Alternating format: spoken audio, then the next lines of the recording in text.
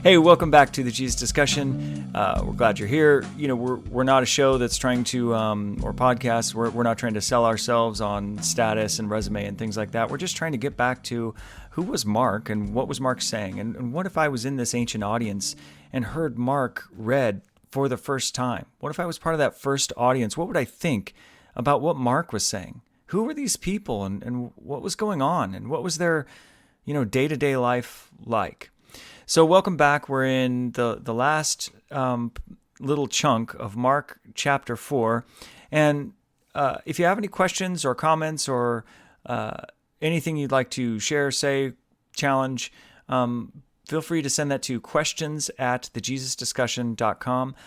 You can also find us on Apple, Google Podcasts. We have some video sites that we post to, and you can find those sources at thejesusdiscussion.com if you want to go check out where we're posted and catch up on anything you've missed.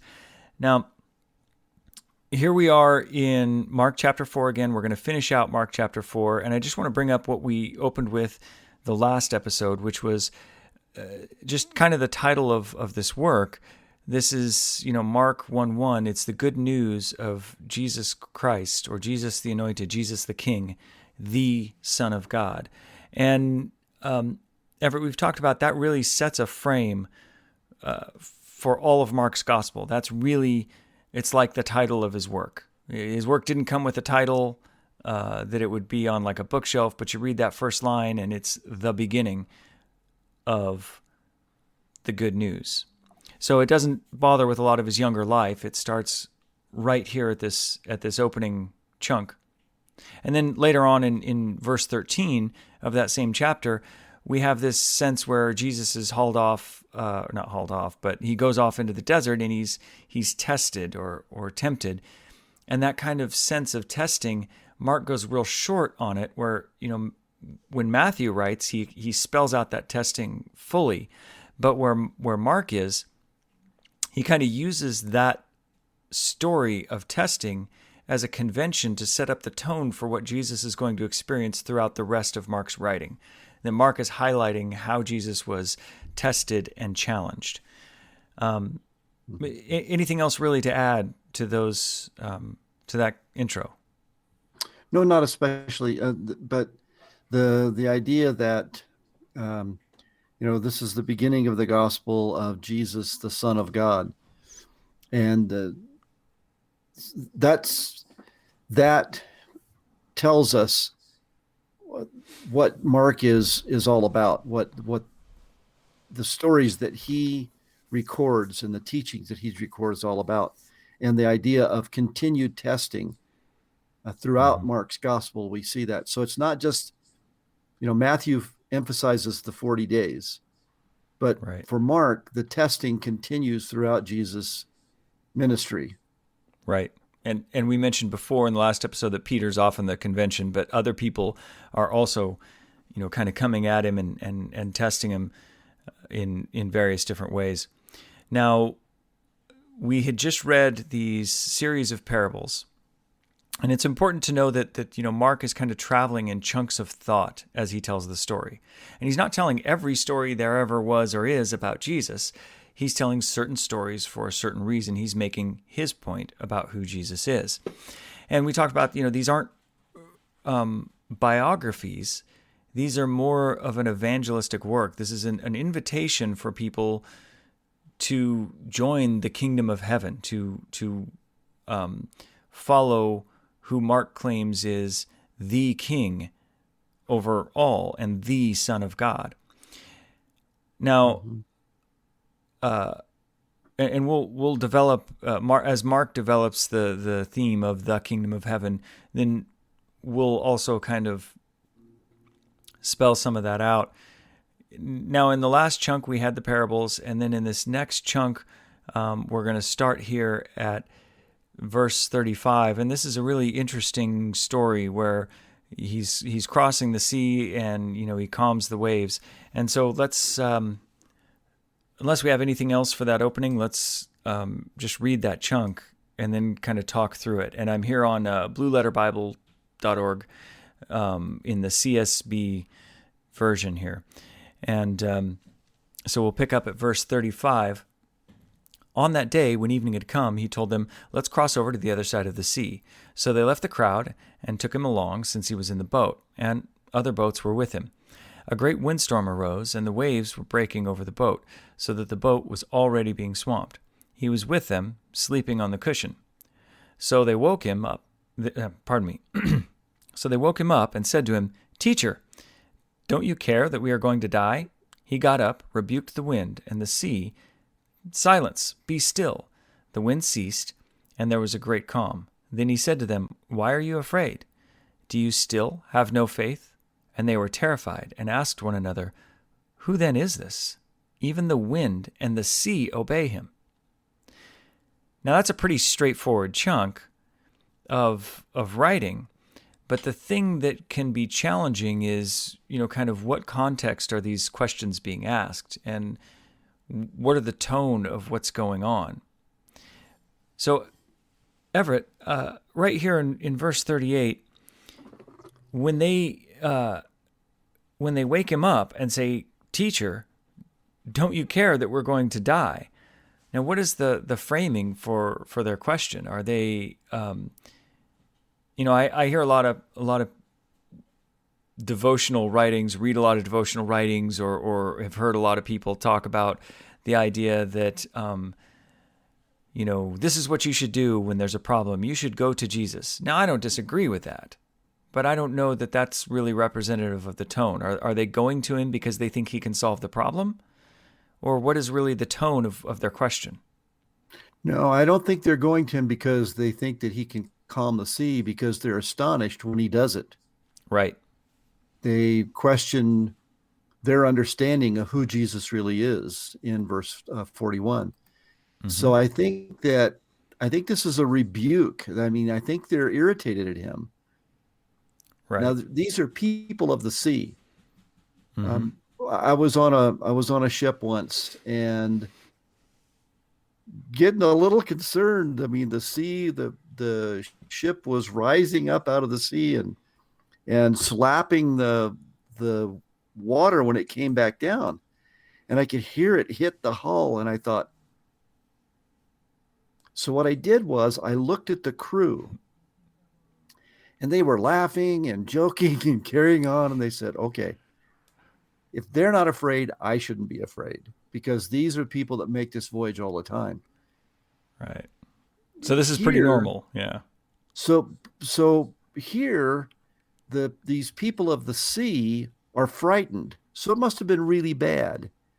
Mm-hmm. And so, Jesus rebukes the wind and the sea, but in a way, the disciples are rebuking him for not caring that they're about to die. I mean, if you have a death wish, okay, but don't you care that we're going to die?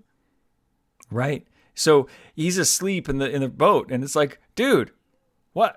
Seriously? You don't care? What's your deal? And he comes back and says,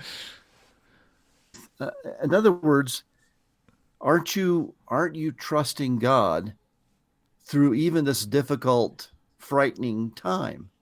Mm-hmm. So he kind of turns the rebuke back on them. Right. And yeah, it causes some shock. Now, to quote the comedian Kevin James, I react.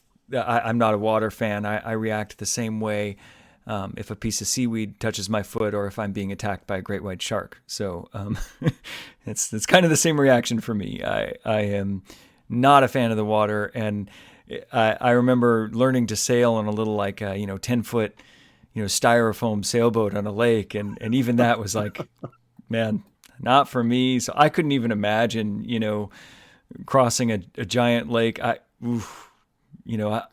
It keep me off of the water.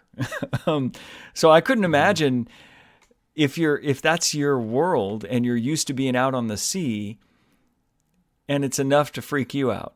That's and there's actually some video, if you want to go Google, there's people have because this is a thing, then when people travel over to the Levant, over to Israel, around that area, and there's a storm on the Sea of Galilee, they'll actually pull out their cell phone and shoot some footage, and you can see what the storms look like. And it even a calm one is not really, when you think about the first century and this is not a nautical culture. It's not like, the Jewish people weren't really into sailing all about the Mediterranean the way some other cultures were. Oh no. Oh right. no. So But they had fishing boats and they're used to it and they're not wimps, but yes. but they're not the nautical innovators of the region, No, but these fishermen that ply the Sea of Galilee are used to storms. They're used to being out on the water, and so they come to him and they rebuke him, and he said, "Why are you afraid?" Mm-hmm. Because there's a big storm and we're going to go down. Yeah. But and it's Jesus, a storm bigger than they were used to, right? So that's kind of what you're pointing out is, wow, and Jesus says Yeah. he changes the focus Mm-hmm. from the storm to their faith, which gets us back to the agricultural, horticultural imagery used earlier on, verses 1 through 34, and it gets back to what is inside them and takes the focus off of their circumstances. And then he demonstrates that he's master even of the sea. And they're shocked and say, "Who is this?" Yeah. Now, they're likely thinking that he's probably the Messiah at this point. They're the followers of who they think a prophet, the Messiah. Maybe they're having that debate, and so then for them to say, "Who then is this?" It's breaking their expectations of who they already thought he was.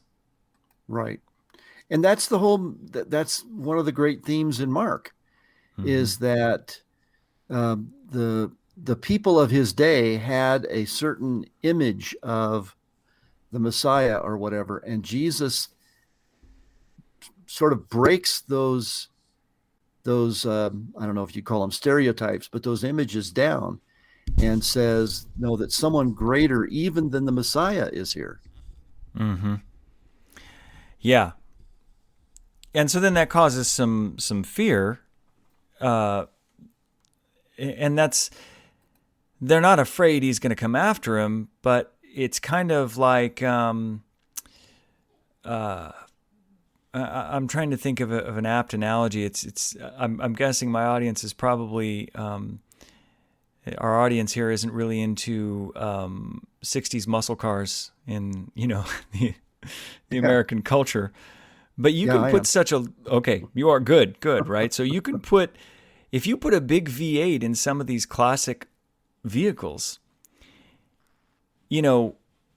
it's so powerful that the car at high speeds hops on the road, and it kind of freaks you out because when we drive along the freeway now, we can go really fast, but we're not used to actually there being so much more power than the traction to cause the car to actually like hop at 50, 60 miles an hour, because of the torque that's there. And it really humbles you. When you're inside a car like that, they used to do the $20 or $100 challenge. You put it on the dash and you get your friend in the passenger seat, and if they can grab you start and run the quarter mile, and if they can grab the money off your dash, then they can keep it, and the torque just pushes you to the back of the seat in a lot of these cars. So I have some friends who are really into this stuff. I had a friend who had one of those muscle cars, and he did a lot of things to it to modify it. And he let me drive it on the quarter mile once at a drag strip. And wow. I turned over 100 miles an hour in a quarter mile. And I got to tell you that it was a thrill, but it was scary as all get out. Yeah. Because, we relate that to the disciples here, that, they understand that he's probably the king, the expected king, or at least that's, as you said, a discussion they have. But when they come up against the power of God himself, there's there's a fear that grips you because it would be like if you're sitting in your living room and an angel suddenly appeared. Mm-hmm. If you're not afraid, you don't know what's going on. Yeah. There's the creature in the presence of the creator that's a natural reaction. Right.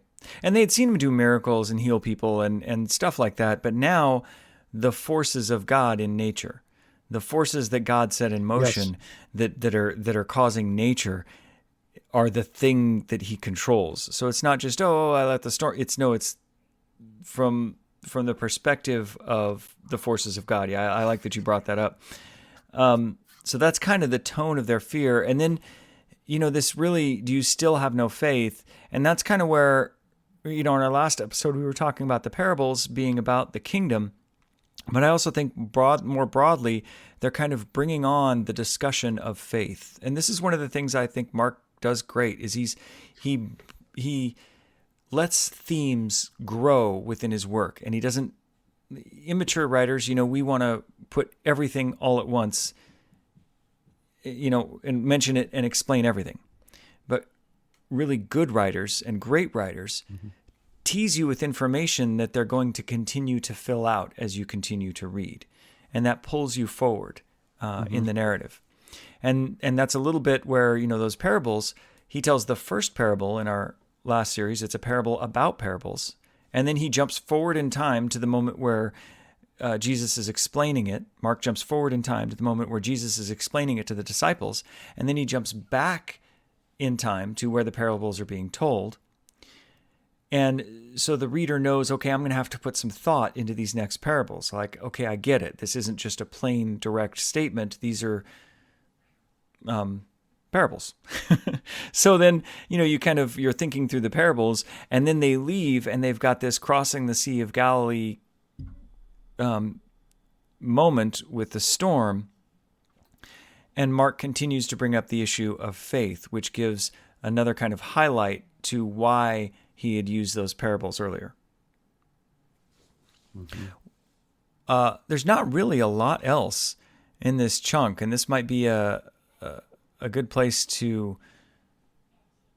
break and maybe pick up on the next section. Is there anything else that you have for this chunk here? We could talk about the other boats that were with him and all sorts of things, but I think that pretty much gets Mark's meaning out. Yeah, I agree. I don't think there's anything else I could add. Right. Okay. Well, again, thanks for tuning in. This is a shorter episode than normal, but please feel free to send us your questions, comments, critical thoughts to questions@thejesusdiscussion.com. You can always go to our website, thejesusdiscussion.com. And, we're available on Apple Podcasts, Google Podcasts. We post to a couple of video sites you can find at thejesusdiscussion.com. We look forward to hearing from you. Thanks for tuning in, and we hope you have a great week.